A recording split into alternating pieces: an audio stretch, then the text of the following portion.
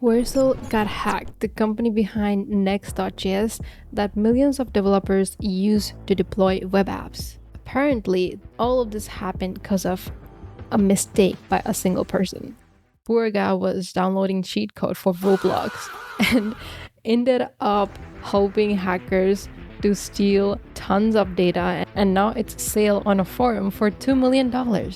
I know this sounds crazy, and that's why in this video I'm going to break everything down of how this actually happened, and we're gonna look at some steps of how this group of hackers got access to the data and how Context.ai, which is also involved in this. Yeah, let's get into it. We're gonna look at step-by-step attack chain. So first step here is info stealer infection at Context.ai. Okay, so what's Context.ai? It's an enterprise AI agent tool, so it deploys agents inside your company's systems, connects it to your existing tools like Docs, Drives, Chat, Code, and automate workflows. So you can think of it like Notion AI or Cursor in simple words. So obviously this is something useful, and that's why one of the Vercel employee was using Context.ai as well. So that Vercel employee logged into Context.ai and he gave this tool literally all the permissions. So before we move into that, let's actually talk about what actually happened in Context.ai, because this is the origination point of this whole breach. A Context.ai employee was browsing for Roblox autoform scripts and executors on their work machine. Honestly, this is the first red flag. You shouldn't be looking for such cheat codes or scripts on your work machine. Even if you're using your personal machine, if you're doing it, it's kind of risky, but okay. So one of these downloads were bundled with Luma Stealer, which is a malware you can rent for a few $100s on underground forums. So this Luma silently harvested everything from the browser, saved passwords, session cookies, OAuth tokens, API keys, and the stolen credentials included Google Workspace logins as well, and logins for Subbase, Datadog, and AuthKit. Basically cooked, totally cooked. And it also stole support at Context.ai account credentials as well. What the heck? Because obviously that was a work machine. So step 2, Context.ai AWS environment compromised. This happened in March 2026. Stolen credentials, attacker accessed Context.ai AWS environment, and Context.ai says they detected and blocked this unauthorized access in March, but what they didn't catch at the point that the attacker had also compromised OAuth tokens for some of their customer users. And guess what, guys? Guess what? One of the customer was Vercel employee. Yeah.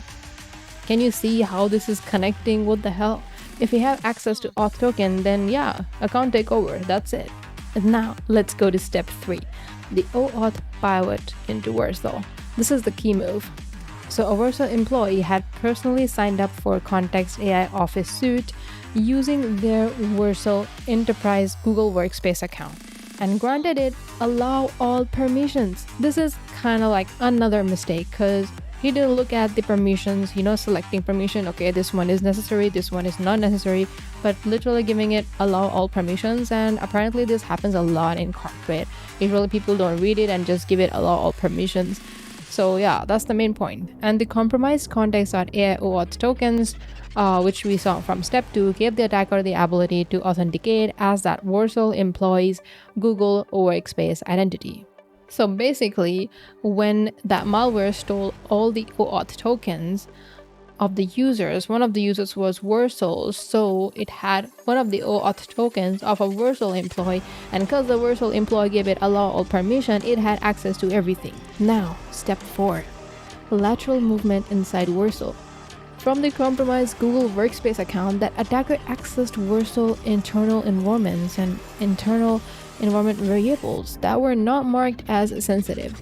In Vercel, environment variables not flagged as sensitive decrypt to plaintext. And obviously, now that you have access to this, the last step is data exfiltration and giving it in a sale. The attacker operating under this Shiny Hunters name, though the real Shiny Hunters group denied their involvement, which is even weird. Like, this group of hackers are trying to impersonate another group of hackers. Okay, anyways, they posted the stolen data on breach forums with $2 million asking price and claimed stolen assets include customer API keys, source code, database data, NPM tokens, GitHub tokens, and access to internal deployments. Well, so yeah, that's the full attack chain from a Roblox cheat to a $2 million data sale. But yeah, I think this whole workflow was pretty crazy. The moment I found out, like, what? This guy was trying to download a cheat code for a game. That's crazy. So yeah, that's it for this video. It was fun giving you a little update. Let me know your thoughts in the comment section. Don't forget to like and subscribe, and I'll see you in the next one.